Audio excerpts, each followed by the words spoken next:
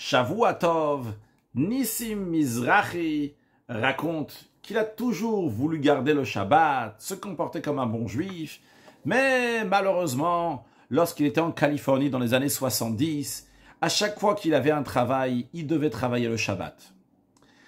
12 ans après, il est parti à Myrtle Beach, en Caroline du Sud.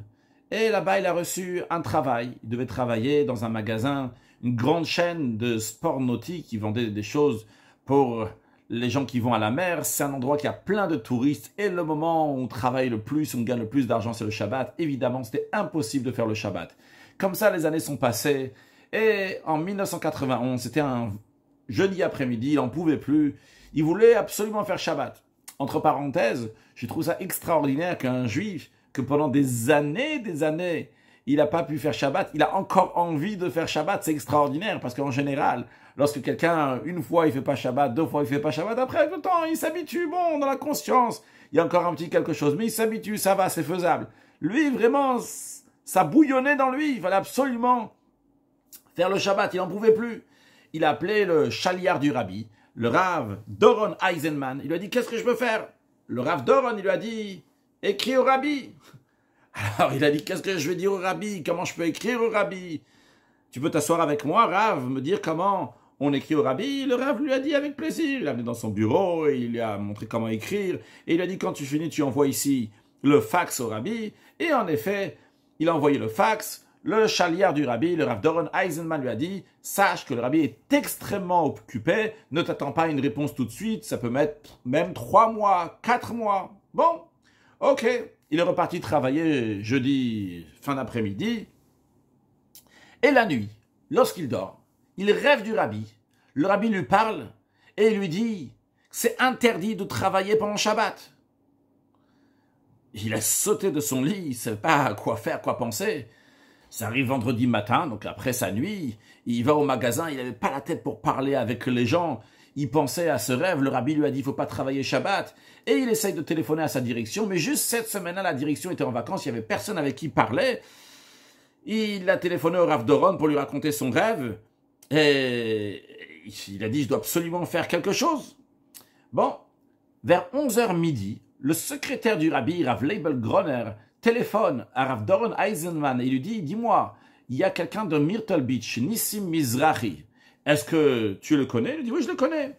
Il dit, eh bien, il y a une réponse du rabbi à la lettre qu'il a écrite hier. La réponse du rabbi est la suivante. Le rabbi l'a écrit.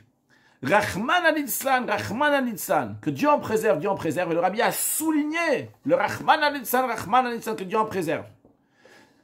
Qu'est-ce que Dieu en préserve? C'est le contraire des 10 commandements. C'est-à-dire le fait de travailler Shabbat, c'est contradictoire à ce que Dieu nous a dit dans les 10 commandements. Comment c'est possible de penser de travailler le jour du Shabbat alors que Dieu, il a dit dans les 10 commandements qu'il faut se souvenir du Shabbat, il faut garder le Shabbat. Après, le rabbi a rajouté dans sa lettre, Askira la Tzioun, je mentionnerai sur la tombe de mon beau-père le rabbi précédent.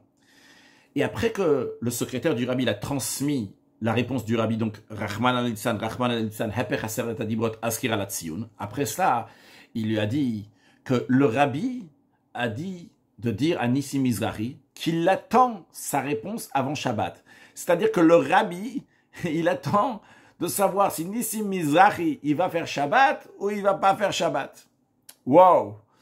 Le Rav Doron, il a téléphoné à Nissim et il lui a raconté tout ça. Il a dit, le rabbi, il a des centaines de personnes qui attendent sa réponse. Le rabbi a choisi ta lettre. Sûrement, il a vu que c'était très important, c'était urgent.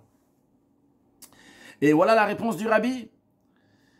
Alors, il ne savait pas quoi faire, Nissim. Le rabbi, il attend sa réponse à lui. Mais il ne comprenait pas non plus pourquoi le rabbi a écrit Hashem Ishmor, Rahman Litzan, que Dieu en préserve, Dieu en préserve. Et en plus, pourquoi 2 fois? Bon, il a donné tout ça au Rav Eisenman, il ne savait pas répondre. Il dit, on verra. Bon, en tous les cas, le rabbi l'attend, il faut répondre. Alors, passe quelques heures, et le Rav Eisenman, il appelle, le Rav Doron, il appelle, et dit, s'il te plaît, prends ta résolution. Le rabbi l'attend, c'est bientôt Shabbat, et le rabbi attend la réponse.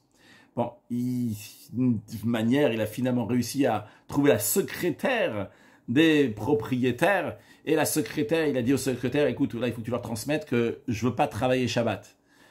Alors, il faut que quelqu'un vienne prendre les clés, vienne prendre la caisse, parce que lui, il voulait pas, il était comme assez responsable, il ne veut pas laisser comme ça le magasin. Alors, elle a réussi à avoir le directeur. Ils lui ont dit, écoute, c'est bon, tu peux y aller, tu peux partir en vacances. Il y a quelqu'un qui va venir prendre la caisse et les clés. Et lui, il s'est dit, sûrement, partir en vacances, ça veut dire au revoir, tu ne travailles plus ici chez nous. En tous les cas, pour lui, ça ne l'intéressait pas. Il a dit, c'est bon, il a téléphoné au Rav Doron Eisenman, il a dit, tu peux dire au Rabbi que ça y est, je fais Shabbat à partir de ce Shabbat. Et comme ça, il est parti chez lui, il était très content de pouvoir enfin faire le Shabbat, chez lui, en famille. Et finalement, ils l'ont laissé travailler, il a continué encore à travailler là-bas dans le magasin, sans travailler le jour du Shabbat. Le vendredi suivant, juste après, il était chez lui à la maison, en train de se préparer à Shabbat enfin, et le téléphone il sonne, et c'est la police. Il dit, votre fils Yoel, il était dans un accident très très grave. Il dit, tout va bien? Le policier lui dit, j'ai eu plein d'accidents dans ma vie, mais un accident comme ça, vous avez vraiment une chance qu'ils sont sortis vivants. Yoel, votre fils, et aussi son copain qui était dans la voiture. Alors Nissim Mizrahi, il dit que lui, comme il a compris les choses, c'est que le Rabbi l'a dit, que Dieu en préserve, Dieu en préserve. C'est que le Rabbi voulait absolument qu'il prenne sur lui de faire Shabbat pour préserver aussi bien Yoel, son fils, lors de l'accident, et aussi bien celui qui est à côté de lui, son copain de Yoel, lors de l'accident. En tous les cas, c'est une chose est sûre, c'est que le Shabbat, c'est quelque chose de fondamental dans la vie juive. Et le Shabbat, c'est une protection pour chacun de nous. Que Dieu fasse que très prochainement on va mériter au Yom Shekulo Shabbat Menucha Lechaya Olamim, au jour qui est entièrement Shabbat, au jour du repos, le 7e millénaire, très prochainement, avec la venue de Mashiach, Now, Shavua Tov.